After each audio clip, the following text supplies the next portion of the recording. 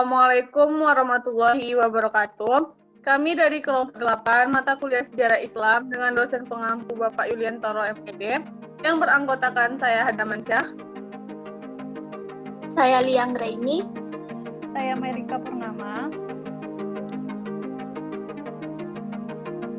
saya Sufia Anjani. Kami akan menjelaskan mengenai masuk dan perkembangan Islam di Nusantara.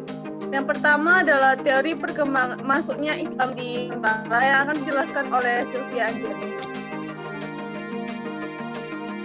Islam diperkirakan masuk ke Indonesia sekitar abad ke-7 sampai abad ke-13 Masehi. Ada 4 teori tentang masuknya Islam ke Indonesia. Teori pertama, teori Gujarat.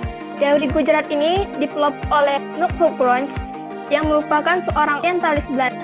Ia mengatakan bahwa Islam masuk ke Indonesia sekitar abad ke-13 Masehi yang dibawa oleh para pedagang dari Sambai, Gujarat, India. Teori ini diperkuat dengan adanya bukti, yakni batu nisan dari Raja Malik As-Saleh dan Maulana Malik Ibrahim memiliki kesamaan dengan batu nisan yang ada di Sambai, Gujarat, India. Kemudian ada teori Arab. Teori Arab ini dikemukakan oleh Profesor Hamka. Ia mengatakan bahwa Islam ke Indonesia sekitar abad ke-7 Masehi yang dibawa langsung langsung oleh bangsa Arab, yakni dari Mekah tanpa bantuan dari bangsa lain. Bukti dari teori ini adalah ditemukannya makam Fatimah binti Maimun. Yang ketiga ada teori Persia. Teori Persia ini dikemukakan oleh Husain Jayadiningrat. Dia mengatakan bahwa Islam masuk ke Indonesia sekitar abad 3 Masehi. Dia mengatakan bahwa Islam masuk ke Indonesia abad 3 Masehi. Buktinya adalah kesamaan kebudayaan antara Indonesia dengan Persia. Contohnya seperti peringatan 10 Muharram yang di Sumatera Barat disebut dengan acara Tablik. Yang keempat ada teori Cina. Teori Cina ini dikemukakan oleh Slamet Mulyana dan Salman Al-Qutubi dalam bukunya Arus Cina Islam Jawa. Dia mengatakan bahwa Islam masuk ke Indonesia dibawa oleh para imigran yang datang ke Nusantara khususnya di Palembang pada abad ke-9 Masehi. Dengan buktinya penggunaan istilah pada raja-raja Demak yang menggunakan istilah Cina. Yang kedua, bangunan-bangunan seperti masjid yang bercorak Tiongkok ada di berbagai wilayah di Indonesia. Selanjutnya, strategi yang digunakan dalam menyebarkan Islam di Indonesia akan disampaikan oleh Mbak Purnama. Saya akan menjelaskan mengenai strategi dakwah Islam di Nusantara. Nah, dari teori-teori masuknya Islam di Indonesia tadi dapat dikatakan sangat jelas bahwa Islam masuk ke Indonesia secara berangsur-angsur dan tidak sekaligus. Nah, di sini ada beberapa strategi yang bisa menyebarkan dakwah Islam di Nusantara. Nah, yang pertama di sini ada yang pertama yaitu perdagangan.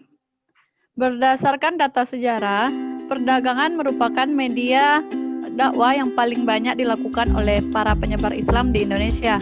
Nah, hal ini dapat kita lihat dari adanya kesibukan lalu lintas perdagangan pada abad ke-7 Masehi hingga ke-16 Masehi.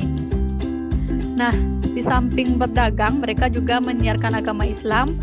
Fakta sejarah ini dapat diketahui berdasarkan data dan informasi yang dicatat oleh Tom Pires bahwa seorang musafir asal Portugis menceritakan tentang penyebaran Islam antara tahun 1512 sampai tahun 1515 Masehi yang meliputi daerahnya yaitu Sumatera, Kalimantan, Jawa hingga Kepulauan Maluku. Nah, yang kedua yaitu ada strateginya melewati perkawinan. Nah, proses penyebaran Islam di Indonesia juga banyak dilakukan melalui pernikahan antara para pedagang Muslim dengan wanita Indonesia. Nah, jalur perdagangan internasional yang dikuasai oleh para pedagang Muslim menjadikan para pedagang Islam memiliki kelebihan secara ekonomi. Nah, para pedagang Muslim ini yang tertarik dengan wanita-wanita Indonesia yang ingin menikahinya agar para wanita tersebut memeluk agama Islam sebagai prasyarat dalam sebuah pernikahan. Nah, melalui pernikahan inilah tidak hanya menjadikan penganut agama Islam semakin banyak, namun juga semakin mengukuhkan generasi-generasi Islam di Indonesia. Nah, selanjutnya yaitu ada strategi yang ketiga, yaitu pendidikan. Melalui pendidikan, proses masuknya Islam juga dilakukan melalui jalur pendidikan seperti adanya pondok pesantren ataupun mata pelajaran yang ada mata pelajaran agama Islam. Nah, para ulama banyak yang mendirikan lembaga pendidikan Islam, dan sebagai sebuah lembaga pendidikan Islam, pesantren tidak mengenal perbedaan status sosial antara yang satu dengan yang lainnya, sehingga semua orang memiliki hak yang sama untuk mendapatkan pendidikan. Hal inilah yang menjadikan kelebihan pesantren atau daya surau yang dikembangkan oleh umat Islam, yaitu dapat diakses oleh siapapun. Karena dalam ajaran Islam, menuntut ilmu adalah suatu kewajiban baik bagi laki-laki maupun perempuan. Dengan demikian, banyak penganut agama Hindu dan Buddha yang belajar di pesantren. Hal ini semakin meningkatkan jumlah masyarakat yang memeluk agama Islam. Nah, lanjut yang keempat yaitu ada strategi tasawuf. Nah, para pelaku tasawuf atau sufi ini umumnya adalah pengembara. Nah, mereka dengan sukarela mengajar penduduk lokal tentang berbagai hal.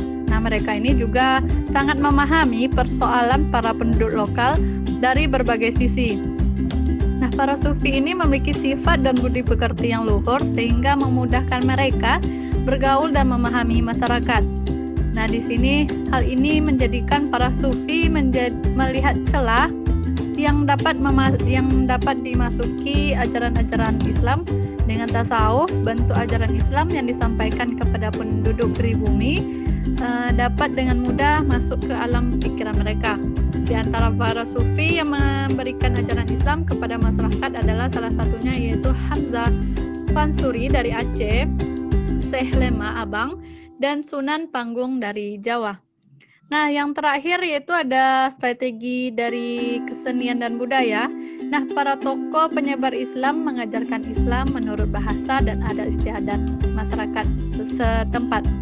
Nah, sebagian besar nama-nama mereka telah menglegenda seperti Wali Songo. Tentunya kita tidak asing lagi mendengar nama Wali Songo ini. Nah, penyebaran Islam melalui kesenian atau budaya termasuk yang paling banyak mempengaruhi masyarakat seperti wayang, sastra, dan berbagai kesenian lainnya. Nah, pendekatan jalur kesenian dilakukan para penyebar Islam untuk menarik perhatian masyarakat, sehingga tanpa terasa mereka pun tertarik pada ajaran-ajaran Islam. Misalnya, Sunan Kalijaga adalah tokoh seniman wayang. Ia tidak pernah meminta bayaran dan petunjuk dari pertunjukan seninya, tetapi ia meminta para penonton untuk mengucapkan kalimat syahadat. Nah, itulah 5 strategi masuknya Islam ke Nusantara. Selanjutnya yaitu ada tokoh-tokoh penyebaran dan perkembangan Islam di Nusantara yang akan disampaikan oleh Hari Darmansyah. Silakan. Tokoh-tokoh penyebaran dan perkembangan Islam di Nusantara. Yang pertama adalah Wali Songo. Wali Songo adalah tokoh penyebaran Islam di tanah Jawa. 14 di wilayah penting pantai utara Pulau Jawa, Cilangan di Jawa Timur, Demak Kudus Muria di Jawa Tengah, dan Cirebon di Jawa Barat. Wali Songo terdiri dari 9 wali. Yang pertama adalah Maulana Malik Ibrahim atau Sunan Gresik. Maulana Malik Ibrahim adalah keturunan ke-22 dari Nabi Muhammad. yang dianggap sebagai wali pertama yang mendakwahkan Islam di Jawa. Selanjutnya adalah Sunan Ampel atau Raden Rahmat yang merupakan keturunan ke-22 dari Nabi Muhammad. Sunan Ampel umumnya dianggap sebagai sesepuh oleh para wali lainnya. Selanjutnya adalah Sunan Giri atau Raden Paku, lahir pada tahun 1412. Pengaruh Sunan Giri sangat besar terhadap kerajaan Islam di Jawa maupun di luar Jawa. Sebagai buktinya adalah adanya kebiasaan bahwa bila seorang diangkat sebagai raja, haruslah mendapat pengesahan dari Sunan Giri. Selanjutnya adalah Sunan Bonang atau Mahdum Ibrahim. Sunan Bonang adalah putra dari Sunan Ampel dan merupakan keturunan ke-23 dari Nabi Muhammad SAW. Ia adalah putra Sunan Ampel yang banyak berdakwah melalui kesenian dan agar memeluk agama Islam. Selanjutnya adalah Sunan Derajat atau Raden Qasim. Sunan Derajat adalah putra dari Sunan Ampel, merupakan keturunan ke-23 dari Nabi Muhammad dan merupakan adik dari Sunan Bonang. Sunan Derajat terkenal dengan kegiatan sosialnya. Dialah wali yang mempelopori penyatuan anak-anak yatim dan orang miskin. Dalam berdakwah, ia menekankan kedermawanan, kerja keras, dan peningkatan kemakmuran masyarakat sebagai pengamal Islam. Selanjutnya adalah Sunan Kudus atau Ja'far As-Shadiq. Sunan Kudus adalah keturunan ke-24 dari Nabi Muhammad SAW. Sebagai seorang wali, Sunan Kudus memiliki peran yang besar dalam pemerintahan Kesultanan Demak, yaitu sebagai panglima perang, penasihat Sultan Demak, Mufti Tariqah, dan hakim peradilan negara. Ia banyak berdakwah di kalangan penguasa dan priai Jawa. Selanjutnya adalah Sunan Kalijaga atau Raden Said.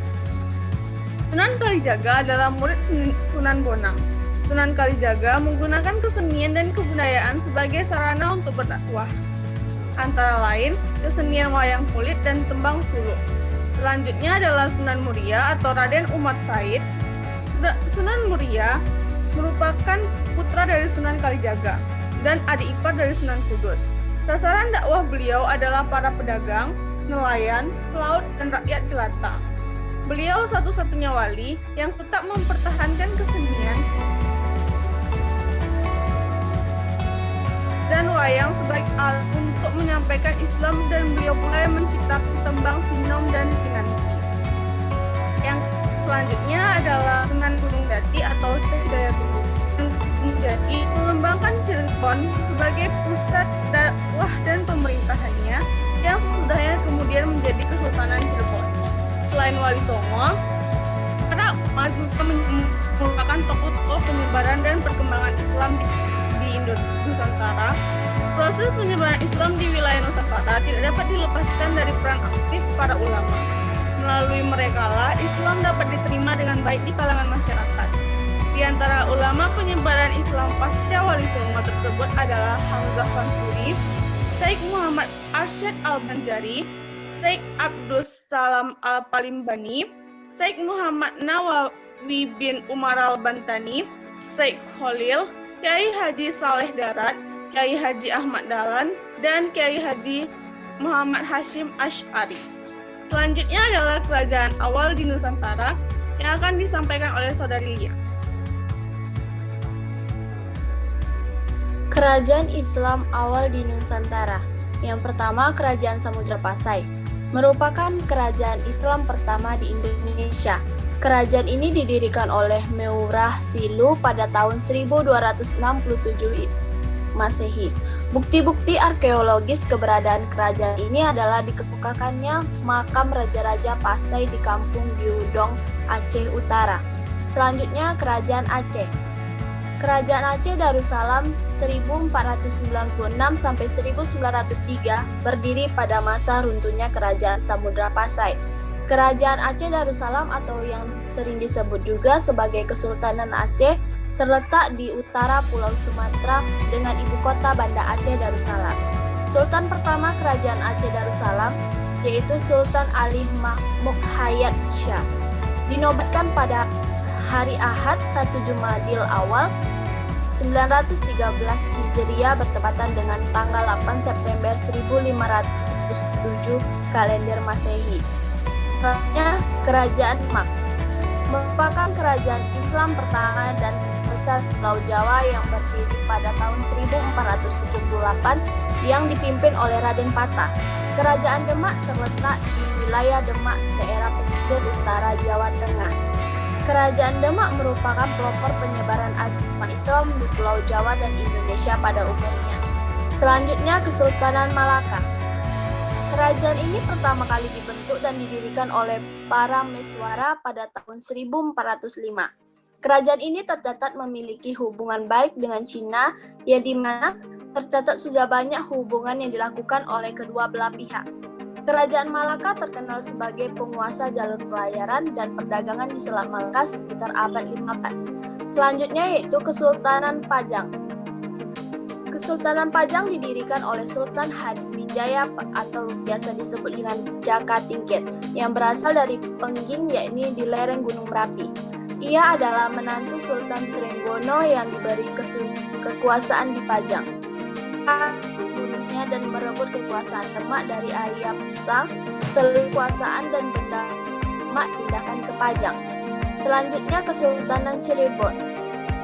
Kesultanan yaitu Kesultanan Islam yang cukup besar di Jawa Barat pada abad 15 sampai 16 Masehi. Kesultanan Cirebon pertama kali didirikan pada tahun 1430 dan penguasa atau sultan pertama yang menjabat kerajaan ini Pangeran Walang Sungsang sebagai Sultan Cirebon dan tahun 1430 sampai 1479. Selanjutnya itu Kesultanan Banten, merupakan kerajaan Islam di Pulau Jawa, tepatnya di Pasundan, Banten pada tahun 1526. Sultan pertama yang memimpin kerajaan ini adalah Sultan Maulana Hasanuddin yang dipimpin oleh terakhir yaitu Kesultanan Banten sebubar oleh kolonial Inggris adalah Sultan Maulana Muhammadiyah Syaifuddin. Raja atau Sultan yang terkenal Kesultanan Banten adalah Sultan Agung Tirtayasa. Selanjutnya itu Kesultanan Ternate. Kerajaan Islam Ternate didirikan oleh Sultan marhum. Keberadaan kerajaan ini adalah di Maluku Utara. Di Maluku sendiri terdapat 4 kerajaan yaitu Ternate, Tidore, Opi, dan Bacan. Di kerajaan ini, Ternate dan Tidore merupakan kerajaan yang berkembang karena sumber rempah-rempah yang sangat besar. Selanjutnya Kesultanan Goa dan Talo. Terdapat beberapa kerajaan yang berada di Sulawesi Selatan yaitu Kerajaan Goa, Bone, Waju, Luwu, Talo, dan Sopeng. Di antara kerajaan tersebut yang berkembang sangat pesat hanyalah Kerajaan Goa dan Talo. Hal ini tersebut dikarenakan letak Goa dan Talo yang berada di tengah jalur pelayaran strategis. Oleh karena itu, Raja keduaan Maju itu memutuskan untuk bergabung dan mendirikan Kerajaan Islam Makassar dengan raja pertamanya yaitu Sultan Alauddin. Selanjutnya, peranan Kerajaan Islam awal di Indonesia. Yang pertama yaitu mengenalkan ajaran untuk di kerajaan tersebut. Kedua, memudahkan transaksi perdagangan dengan para pedagang dari kawasan Timur Tengah. Yang ketiga, mengubah budaya upeti yang banyak digunakan di zaman tersebut. Yang keempat, menciptakan tata hidup baru yang lebih sesuai dengan apa yang ada pada ajaran Islam. Yang kelima, dalam bidang keamanan, kerajaan Islam memiliki kewajiban untuk menciptakan kedamaian kepada seluruh rakyat sehingga dalam melakukan kegiatan sehari-hari tidak akan terganggu dan ancaman keselamatan. Sekian ulasan kelompok kami mengenai masuk dan perkembangan Islam di Nusantara. Terima kasih. Wassalamualaikum warahmatullahi wabarakatuh.